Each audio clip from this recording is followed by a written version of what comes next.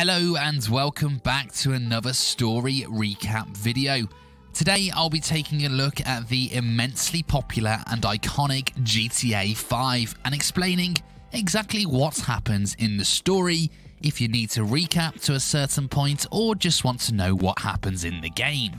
GTA 5 is a game that, despite its 2013 release date, is still played by a lot of people now. And if you want to know if it's still worth buying today, then you can watch my review and score out of 100 up here. Let's begin. Welcome to Los Santos, the bustling Hollywood-esque city in the state of San Andreas. But wait, before that, there is a prologue. Set in North Yankton 9 years prior to the main game story, we see three criminals attempting to rob a cash depot. They are Michael Townley, Trevor Phillips, and Brad Snyder. During the job, Michael says, "You forget 1,000 things every day.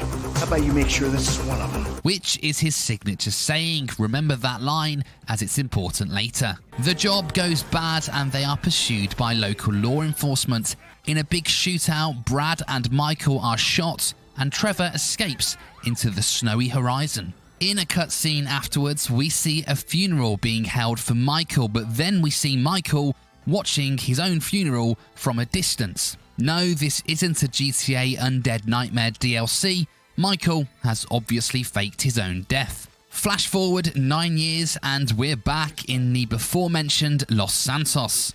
We see Michael again, who now goes by the name of Michael DeSanta.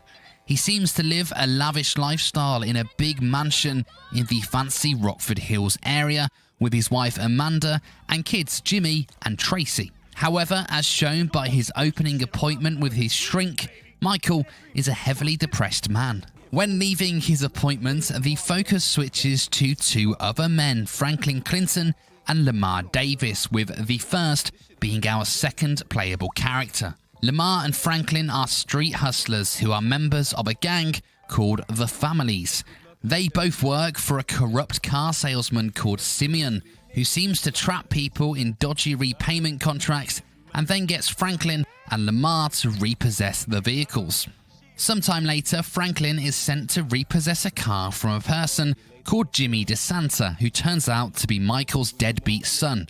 Franklin sneaks into Michael's house and steals the car. However, upon returning to the depot, Michael appears in the back seat and holds Franklin at gunpoint. Franklin explains that he's just doing what he's told, and Michael seems to respect the fact that he can follow orders. He then subsequently orders Franklin to crash into Simeon's car dealership. Nice one. Franklin obliges and Michael hands him a wad of cash before beating the living shit out of Simeon.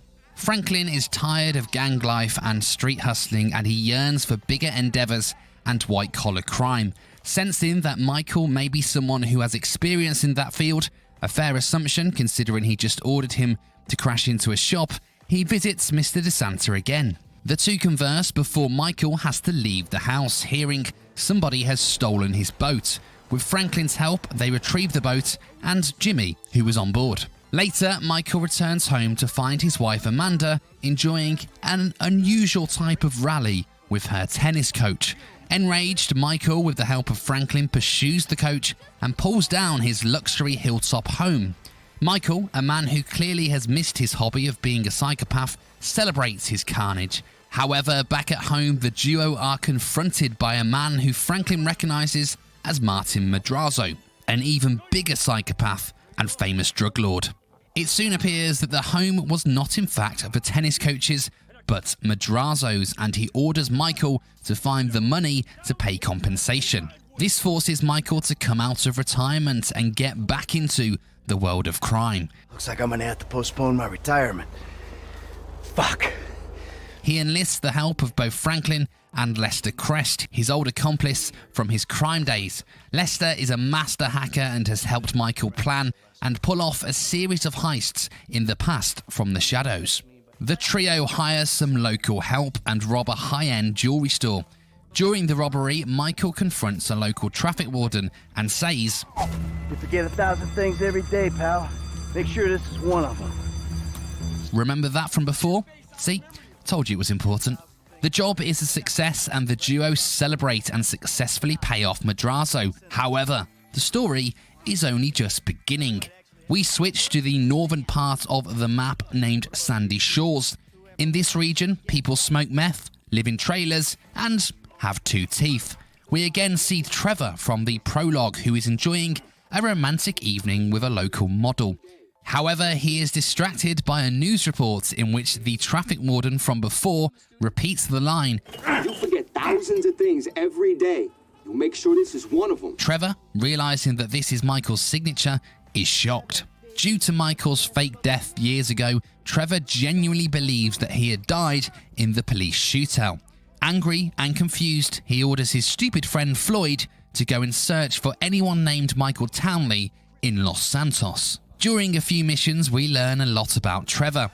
He runs a small drug empire in the desert in which he tries to secure a contract with the Chinese, only to be beaten by a rival. Trevor subsequently kills their entire family and blows up their farm.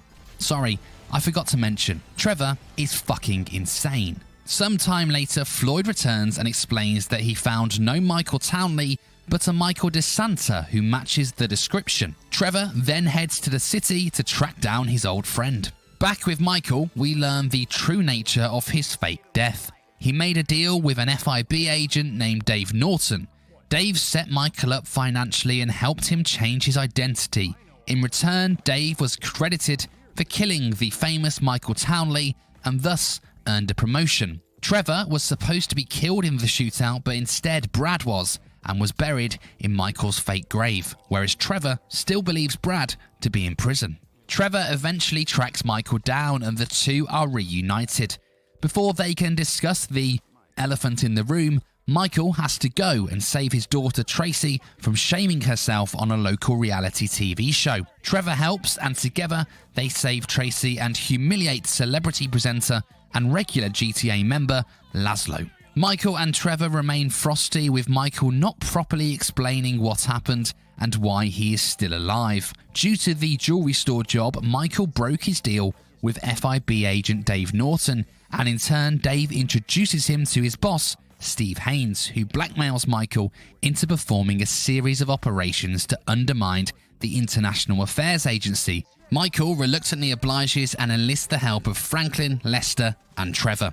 After a series of jobs, Steve Haynes becomes paranoid and orders the group to break into the FIB building and destroy any evidence linked to him. During the raid, Michael smartly deletes any evidence on himself too, removing the leverage that Steve and Dave have over him. During this time, the trio's lives begin to all derail.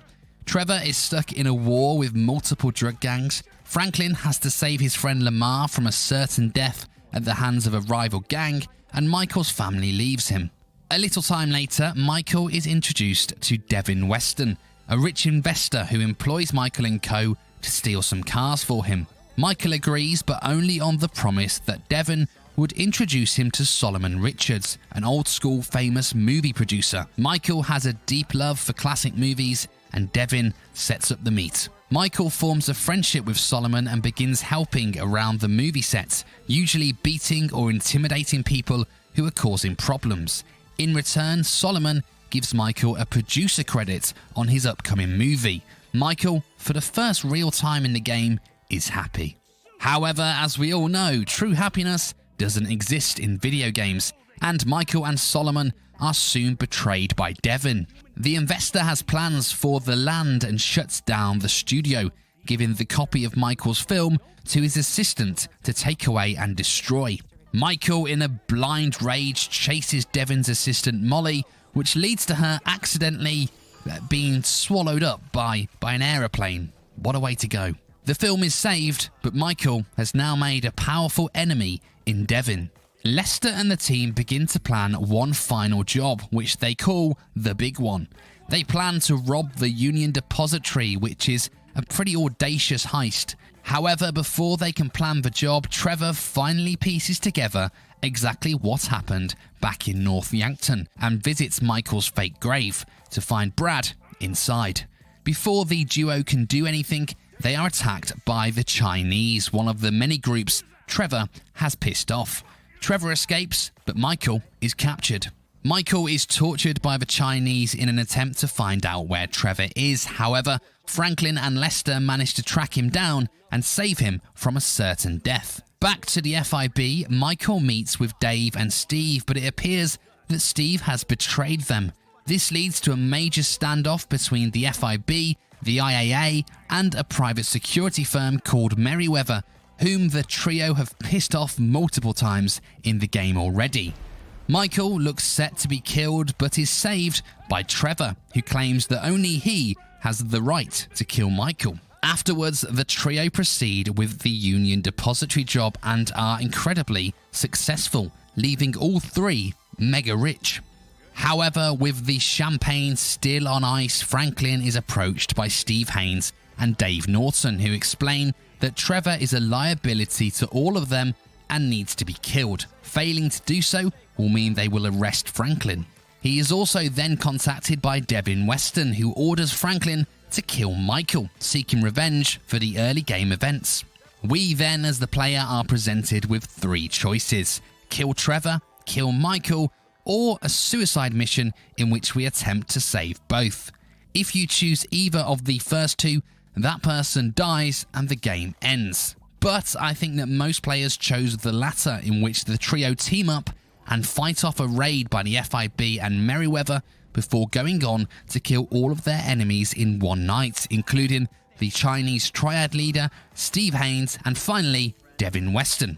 With their enemies dead and the money from the heist successfully in their bank account, Michael's family returns home, Trevor moves back to Sandy Shores, and Franklin begins to enjoy a lavish life away from street warfare. The trio part ways, but remain